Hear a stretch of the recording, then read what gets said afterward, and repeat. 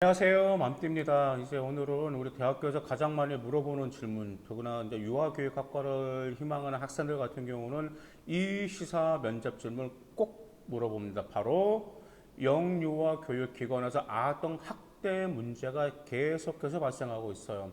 아동 학대가 정말 심심치 않게 좀 수그러들려고 하면 어디서 뻥 한번 터지고 좀 그거 수그러들면 어디서 한번 뻥 터지면서 우리 정말 아이들을 두는 어머님들은 매일 불안해 하십니다. 그러면서 하시는 말씀들은 유치원의 시설, 그 다음에 보육기관의 시설이 아무리 좋다 하더라도 제일 중요한 것은 선생님의 자질이 가장 중요하다. 어떤 선생님이 계신지를 굉장히 궁금해 하십니다. 그런데 사람은 겉으로 볼 수 있을까요? 절대 알 수가 없습니다. 더구나가 그 안에 모든 게 시스템이 돌아간다 하더라도 분명 우리 어머님들은 어딘가 모르는 사각지대에서 혹시 우리 아이가 혹시 안 좋은 일을 당하지 않을까? 혹시 언어적인 어떤 스트레스를 받지 않을까? 혹시 다른 아이들과 뭔가 좀 마찰이 있지 않을까라는 걱정을 하실 수밖에 없습니다. 자, 그러면 이런 질문이 있습니다. 이러한 학대가 발생하는 이유와 예방책이 무엇이라고 생각하는지 본인의 견해를 말해보세요라고 면접관이 물어봅니다. 자, 먼저 학대가 발생하는 이유가 무엇일까요? 당연한 거죠. 학대가 발생 원인은 제일 뭐니 해도 교사의 개인적 자질, 즉 인성적인 측면이라든지 전문적인 측면이라든지 그 다음에 사회 환경적인 측면 이 세 가지에서 발생할 수밖에 없어요. 근데 가장 큰 게 이제 교사의 인성적인 측면이 굉장히 많이 중요합니다.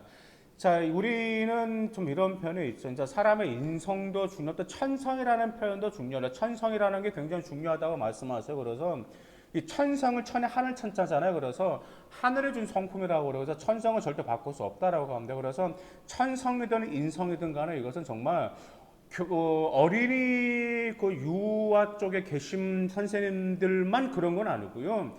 초등학교, 그 다음에 중학교, 고등학교, 대학교 모든 그런 우리 그 교육에서 앞장서신 분들은 이런 점들 굉장히 좀 많이 저는 중요하다고 많이 생각을 합니다.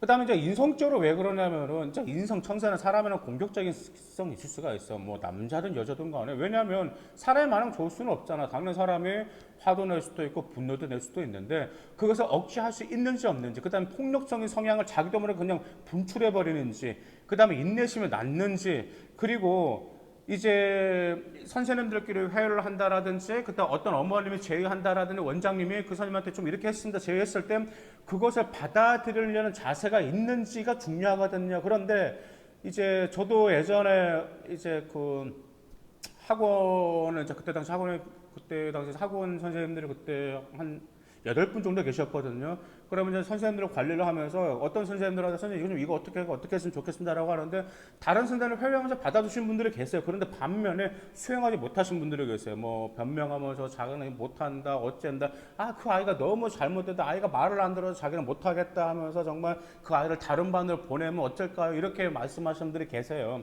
근데 사람마다 다 틀리잖아요. 그런데 일단 교육계에 좀 종사하신 분들 같은 경우는 그래도 합리적인 선에서 받아들일 수 있는 거라면 수용적인 자세도 역시 인성적인 측면에서 고려될 필요가 있습니다. 그럼 전문적인 측면에서는 말 그대로 무엇이 필요할까? 네, 당연한 거죠. 지도 능력인 거죠. 초등학교, 중학교, 고등학교, 대학교, 그 다음에 유치원 하면 여기서 가장 정말 이렇게 지도하기 어려운 선생님은 정말 유치부 선생님이세요. 정말 존경스럽습니다. 그 다음에 초등학교를 가르치는 선생님도 존경스러워. 근데 중학교, 고등학교 학생들은 그래도 아이들이 좀 말귀를 통한단 말이에요. 그리고 또 아이들은 자기들이 공부를 왜 해야 하는지 아는 아이들이 있다 보니까 그래도 정말 좀 이렇게 수월하게 할 수가 있는데 정말 유치원 아이들 같은 경우는 정말 이걸 하나하나 해야 된다는 것 자체가 정말 선생님 입장에서는 매우 힘이 들 수가 있습니다. 그 지도 능력이 부족하기 때문에 이 아이가 못 받아들여서 결국 인성적인 측면에서 폭발해버리는 경우 그런 경우가 솔직히 발생하고 있는 현재 뉴스에서 그렇게 나오고 있습니다. 그 다음에 세 번째도 중요합니다. 사회 환경적인 요인인데요. 첫 번째로 우리 유치원 선생님들 같은 근무 환경이 좀 이렇게 좀 낫다라는 말씀을 종종 있으세요. 그래서 너무 많이 힘들죠. 그래서 이제 제가 아시는 분들도 유치원에서 이제 선생님을 계시는데 이제 집에 오면 조카들 보기 싫어요. 조카들은 이제 조그만 이제 뭐 4살, 막 3살이다 보니까 이제 딱 하면은 뭐 고모 왔어, 이모 왔어 아이들이 그러잖아. 근데 이렇게 말하면 돼. 나 애들 보기 싫어. 유치원에서도 애들 때문에 너무 힘들기 때문에 나 그냥 집에서 혼자 있고 싶어서 그냥 집에서 혼자 방으로 자기 방 들어가서 그냥 쉬어버리는다. 이렇게 말씀하신 분도 계세요.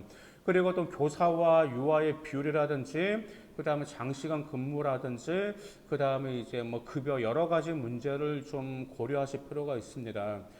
어떻게 보면 우리 아이가 정말 잘 성장할 수 있는 발판을 마련해주는 선생님은 유치원 선생님들이세요. 그러잖아요.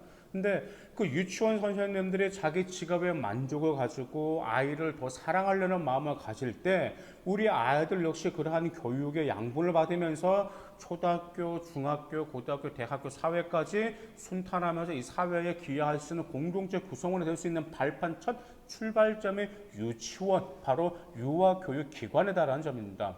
그러면 우리는 어떻게 해야 될까요? 이제 예방책으로는 여러 가지 있을 수가 있겠죠. 이제 유치원 선생님들의 정기적인 교육도 필요하고, 그 다음에 교육 여건도 개선이 필요하다라는 점은 좀 우리 사회적으로도 좀 어느 정도 이 점은 좀 동의해 주실 필요가 있을 겁니다. 그 다음에 유아 선생님을 채용을 할 때, 일단 뭐, 그 선생님이 어디 대학교 나왔고 실력이 얼마나 좋은데 그 점도 중요하겠지만 와, 그 제가 한번 봤는데 너무 힘들어. 애들 막 안고 울고 달래고 그다음 아이 뭐 지금 뭐 기저귀 뭐 그거 하고 막 갈아줘 씻겨주고 하는 거 보니까 정말 이건 좀 체력이 남자들도 보통 체력이 힘들 것 같아요.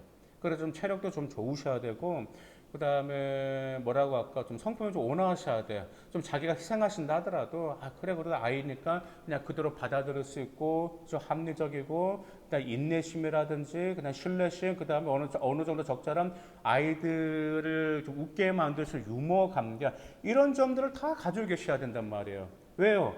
우리 아이들이니까 유치원 아이들이 뭘 알겠습니까? 근데 유치원 아이들에게 교과서적으로 가르치는 아이들을 받아들일까 아니잖아요. 그 유치원 아이들은 재미가 있어야 돼요. 웃어야 돼요. 그다음 이 교육이 재밌다라는 걸 아이들 느끼게 해줘야 돼요. 그러다 보니까 우리 유치원 선생님들께는 이러한 역량도 또 요구될 수 있다라는 점이에요. 이건 너무 힘든 겁니다. 그래서 저는 솔직히 유치원 선생님들 근무 환경이라든지 그 다음에 특히 급여가 좀 많이 좀 개선돼야 되지 않을까. 이건 어디까지 제 생각이에요. 제 생각입니다. 제 생각. 왜냐하면 제가 쭉 그 주변 분들 지켜보니까 제가 느꼈던 거기 때문에 좀 그런 점들을 많이 느꼈습니다. 그래서 그런 점들 개선하게 된다고. 좀 자기만의 책임감 좀 갖게 하고 일단 사회적 경각심 다시 한번 좀 우리 유치원 선생님들이 일깨워 준다면 이 영유아 학대가 사라지지 않을까. 라고 저는 개인적으로 그렇게 생각하고 있습니다. 여러분들의 의견은 어떨지 몰라. 하지만 제 의견은 정답이 아니에요.